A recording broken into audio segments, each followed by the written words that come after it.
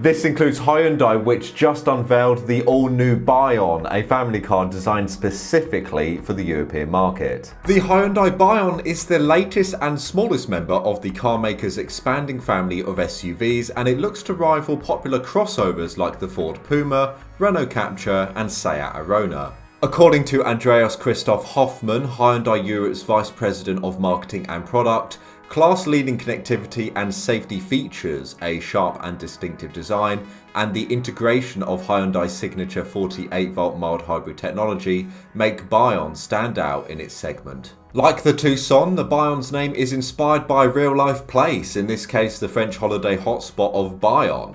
This name was chosen to show the vehicle's dedication to meeting the demands of the European market. The reveal of the BAYON represents an important milestone for Hyundai, which has launched or enhanced 7 new models in just 12 months, making 2020 a record year for the expansion of its lineup. Similar to the Tucson, it places a strong focus on lighting to complete its look, with 3 part main lights combined with air intakes, arrow-shaped taillights linked by a thin horizontal line, and 4 LED lights and indicators. The vehicle is 1,775mm wide, the same width as the Hyundai i20 hatchback. However, it's 140mm longer than that car at 4,180mm.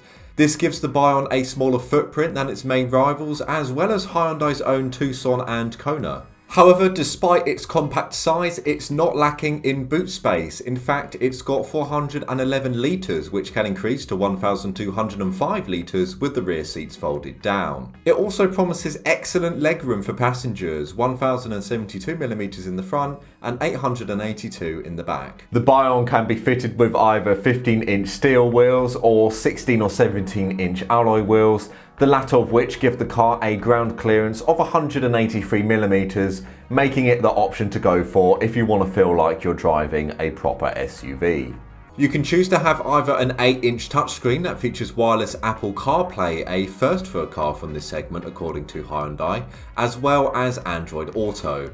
Navigation is available with this option, but it's accessed using your smartphone. If you want navigation integrated into the infotainment, then go for the second setup with a 10.25-inch AVN touchscreen, which has all the maps you need built in. This setup also comes with an upgraded Bose sound system for a high-quality listening experience and a wireless charging pad. There's also a choice of 2 interior colour trims, full black, which comes with the vehicle as standard, or the optional dark grey and light grey. Oh, and if you're anxious about your phone's battery, don't be, because there's 2 USB ports in the front and 1 in the back. This enables drivers to mirror their Google or Apple Calendar in the vehicle's infotainment screen, and if an appointment has an address, it can send this directly to the sat-nav ready for navigation. Of course, the downside of this is that you'll never have an excuse why you were late ever again.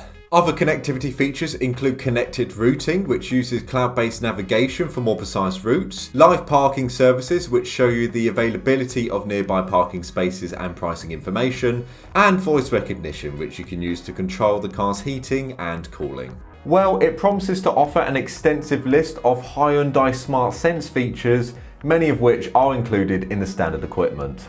This includes lane following assist, which works to keep the car in the centre of its lane, and forward collision avoidance assist, which is able to detect cars, pedestrians and cyclists and will sound an alarm and, if necessary, apply the brakes to prevent a collision. One feature that will be particularly handy when stuck in a queue of traffic is leading vehicle departure alert, which will warn you when vehicles ahead start moving in case you don't notice. Owners of the Hyundai i20 will be very familiar with the BAYON's engine, a 1-litre 3-cylinder turbo petrol engine that's combined with 48-volt mild hybrid technology.